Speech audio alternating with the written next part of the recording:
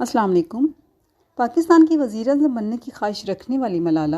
اپنے حالیہ بیان کی وجہ سے خبروں میں ہیں۔ برطانوی میگزین ووگ کو انٹرویو دیتے ہوئے شادی کے سوال پر ملالہ نے کہا کہ مجھے یہ بات سمجھ نہیں آتی کہ لوگ آخر شادی کرتے ہی کیوں ہیں۔ شادی کے بغیر ہمیشہ ایک ساتھ پارٹنر بن کر کیوں نہیں رہ سکتے؟ اور افسوس کی بات تو یہ ہے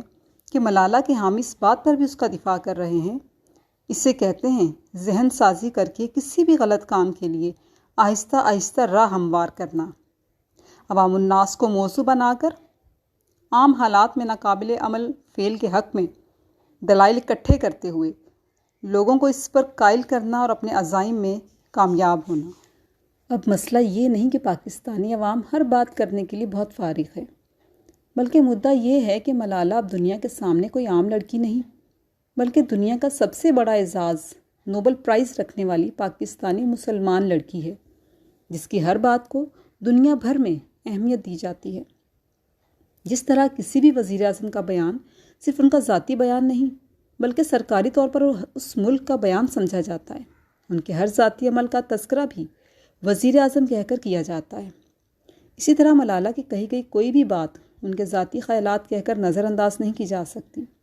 بلکہ ان کے ہر بیان کو ایک مسلمان اور پاکستانی لڑکی کے بیان کے طور پر دیکھا جاتا ہے۔ مثال کے طور پر عمران خان کے وہ بیانات جو انہوں نے تب دیے جب ان کی جماعت انتخابات میں سب سے پیچھے رہ گئی تھی، کبھی ایک سیاسی لیڈر کے بیان کے طور پر عالمی توجہ حاصل نہ کر سکے، لیکن اب موجودہ صورتحال میں ان کا ذاتی حیثیت میں کیا گیا کوئی بھی چھوٹا سا عمل بھی ٹاک آف دا ٹاؤن کہلاتا ہے۔ یہی معاملہ ملالہ کا بھی ہے کہ ان کی باتوں کو اب دنیا بھر میں ایک پاکستانی مسلمان کی حیثیت سے سنا اور دیکھا جاتا ہے، جس کی وجہ سے یورپ میں رہنے والے اکثر لوگوں کو مختلف جگہوں پر پاکستان کی عزت بڑھانے اور اپنے ملک کا نام بلند رکھنے کے لیے ملالہ کے جھوٹوں کو غلط ثابت کرنے کے لیے بڑا محتاط رہ کر اپنا کیس یوں لڑنا پڑتا ہے کہ سامنے والا حقیقت کو سچ سمجھ کر تسلیم کرے۔ ایک مرتبہ اسکول میں ملالہ پر بھی ایک ڈاکومنٹری بچوں کو دکھائی گئی، جس میں بتایا گیا کہ پاکستان میں لڑکیوں کا تعلیم حاصل کرنا گویا جہنم سے گزر کر آنے کے برابر ہے۔ میرے بیٹے نے بھی دیگر بچوں کے ساتھ وہ فلم دیکھی، اور جب ریویو لکھنے کا وقت آیا تو اس نے لکھا کہ یہ ڈاکومنٹری بالکل ٹھیک نہیں ہے، کیونکہ میری مما اور سب آنٹیز فلاں فلاں ڈگری ہولڈر ہیں۔ غرض کے بجائے ملالہ پر بات کرنے کے ریویو میں بچہ اپنی عقل کے مطابق جتنا جانتا تھا ہماری ہی ڈگریوں کے بارے میں صرف اس لیے لکھایا کہ اسے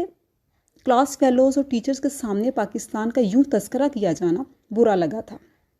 خیر،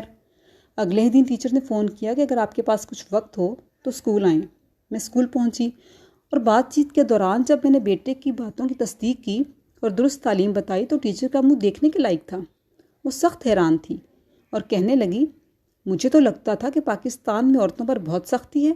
اور تعلیم حاصل کرنے کو بالکل اچھا نہیں سمجھا جاتا، عورتوں کے کوئی حقوق نہیں، وغیرہ وغیرہ۔ لیکن میں نے اسے بڑی تفصیل سے اٹلی ہی کے کچھ واقعات کی مثال دے کر بتایا کہ جس طرح یہاں چند ایک علاقے ایسے ہیں جہاں خواتین پر تشدد اور چوری ڈکیتی کے واقعات عام ہیں، لیکن پورے اٹلی میں ایسا نہیں۔ اسی طرح اگر پاکستان کے کسی علاقے میں ایسے واقعات پیش آئیں تو ان کی بنا پر پورے پاکستان کا ایسا تاثر بنا لینا ہرگز درست نہیں۔ جس پر اس نے معذرت تو کی، لیکن ساتھ یہ بھی کہا کہ میں بچوں کو ڈاکومنٹری سے ہٹ کر یہ نہیں کہہ سکتی کہ جو آپ نے دیکھا وہ سب غلط تھا۔ یعنی ہم جیسے لوگ جو فی الحال ملالہ کے پاکستان کے متعلق بے سروپا پروپیگنڈے کو غلط کہہ کر پاکستان کے بہترین امیج کا دفاع کر رہے تھے، کہ اب انہوں نے ایک ایسا بیان داغ دیا جو اسلام اور اس کے نافذ کردہ قواعد کی بھی نفی کرتا دکھائی دے رہا ہے۔ یعنی کہ اب مختلف جگہوں پر اس لیے بھی ذہنی طور پر تیار رہنا پڑے گا کہ اس موضوع پر بھی بات ہو سکتی ہے، سوال کیا جا سکتا ہے۔ ڈیئر ملالہ، آپ شادی نہیں کرنا چاہتی، نہ کریں، کوئی بات نہیں، دیر سے کریں تو بھی کوئی مسئلہ نہیں، لیکن مغرب کے اس بیانی کو تو پروموٹ مت کریں جو اسلام کی تعلیمات کی نفی کرتا ہے اور جس کی وجہ سے آج خود مغرب کا معاشرہ ٹوٹ پھوٹ کا شکار ہو رہا ہے۔ آپ جیسی چاہیں سوچ رکھیں، لیکن اس سوچ کا دنیا والوں کے سامنے اظہار کرتے ہوئے محتاط رہیں، کیونکہ اب بہت ساری نوجوان لڑکیوں کی آئیڈیل ہوں گی، وہ آپ جیسا بننا بھی چاہتی ہوں گی، لیکن آپ کے اس طرح کے بیانات ان کی راہ ہموار کرنے کے بجائے ان کے لیے رکاوٹ بن سکتے ہیں۔ ایک مخصوص ذہنیت رکھنے والے گروہ کے اس خدشے کو تقویت مل سکتی ہے کہ لڑکیوں کو زیادہ پڑھانا لکھانا انہیں دین سے دوری کی طرف لے جاتا ہے۔ اب بات یہ ہے کہ ہم ملالہ کا ذہن تو تبدیل نہیں کر سکتے، لیکن لازم ہے کہ اپنی نسل کی فکر کیجیے اور انہیں خیر اور شر کے کاموں میں اس حد تک فرق کرنا سکھا دیجیے کہ وہ اسلام مخالف کسی بھی بیانیے کو جھٹ سے رد کر دینے میں کبھی بھی کسی بھی ہچکچاہٹ کا شکار نہ ہوں۔ ملالہ اور اس جیسے سوچ رکھنے والے اسلام مخالف عناصر تبھی کامیاب ہوں گے جب بطور والدین ہم اپنے بچوں کی تربیت کرنے میں ناکام ہو گئے، اور خدا کرے